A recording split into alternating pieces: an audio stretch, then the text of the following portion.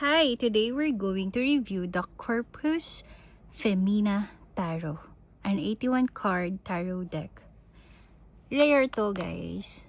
So, I'm not sure if ibebenta ko siya or not. Baka maging collection ko siya. This is a rare tarot. Unang kita ko pa lang sa kanya, nagandahan na talaga ako. It was created 2022, 81 card deck.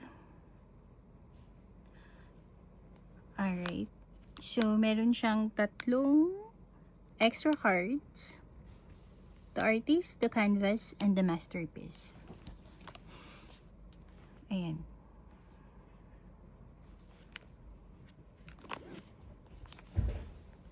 Let's see. Meron siyang You are an artist. Your life is your canvas. It's time to create your masterpiece. So, let's check this guidebook. Parang sinaluma yung guidebook niya, no?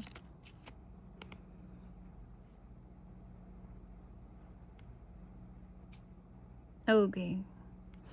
Wala akong nakikitang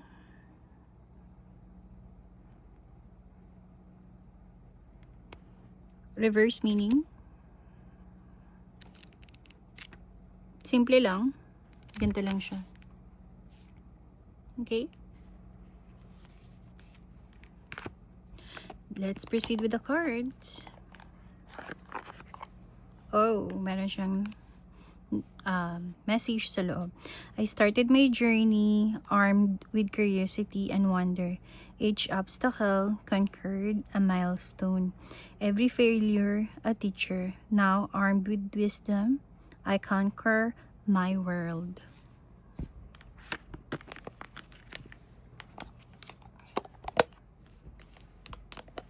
Okay. Alright, this is a matte type of card. Okay. Matte siya. Matte. Pwede bang reverse? May buhok ko pa. Sorry. Pwede bang reverse? Yes. Pwede siyang reverse. Okay? Hindi siya halata pag naka-reverse. Quality of the card. Very, very strong. Makapal siya. Parang feeling hindi siya magbe-bend agad-agad, oh. Pag ginanan mo. Oh, matigas. Okay? Pero this type of card, guys, ito yung matte na sinasabi ko na medyo mahirap i-shuffle, no? Talagang matte na matte siya.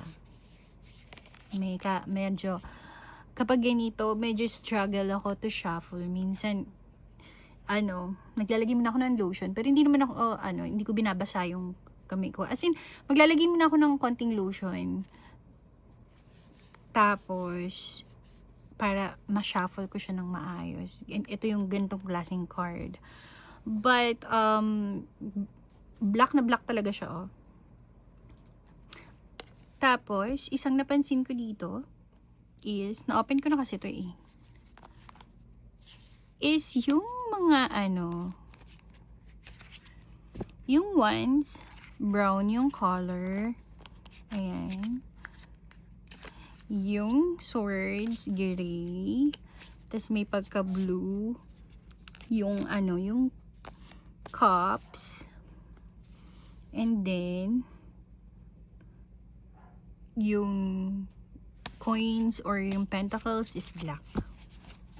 Para siyang dark shadow ng ng lamuchi, ganun. Meron siyang parang coding color, ganun. So, ayun. Lalagay ko siya dito sa gilid. Mag-flip through na tayo. I'll put some music para hindi boring. You can pause if masyadong mabilis.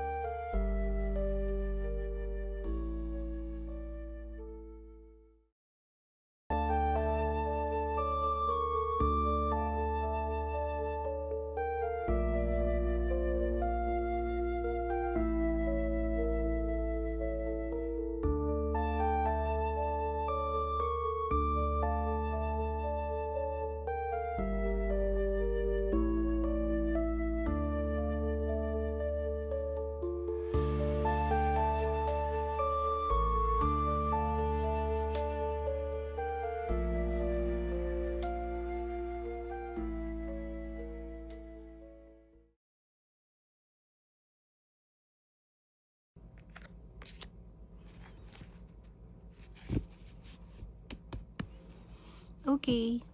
Ang ganda niya, no? Mahilig nga kasi ako sa may gold. Kaya, gandang-ganda ako sa kanya. Sobrang, parang ang elegant talaga niyan tingnan. Wala akong makita nito sa iba. Ayan. Kaya, I think, magiging part siya talaga ng collection ko. Ang ganda niya. Kaya lang, ang ayaw ko lang talaga sa kanya is yung pagka-matte niya. Ang hirap nito i-shuffle. Kung ganito, okay lang. Pero even sa pag ganyan, no, dahil nga matte siya, sobrang matte.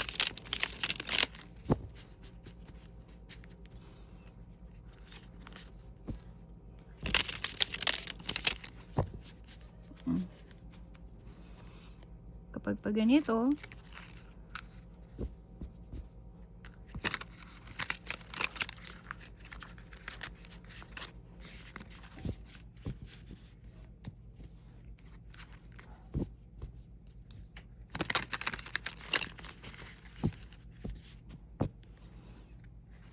okay lang pag ganun.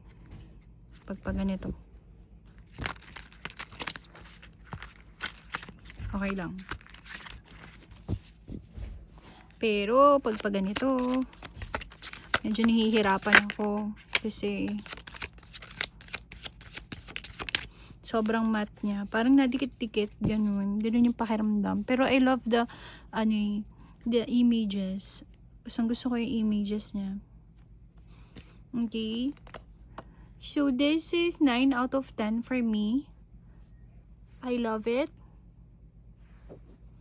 Ang ganda talaga. Napaka-class tingnan. Ang classy-classy niya. Okay, so, yun lang. Ayoko lang talaga. Ang hirap niyang i-shuffle. So, if you have any tarot in mind, Lenormand or oracles, baka meron na ako. Unahin natin. If not, I'll try my best to find it. Okay? See you on my next video. Bye!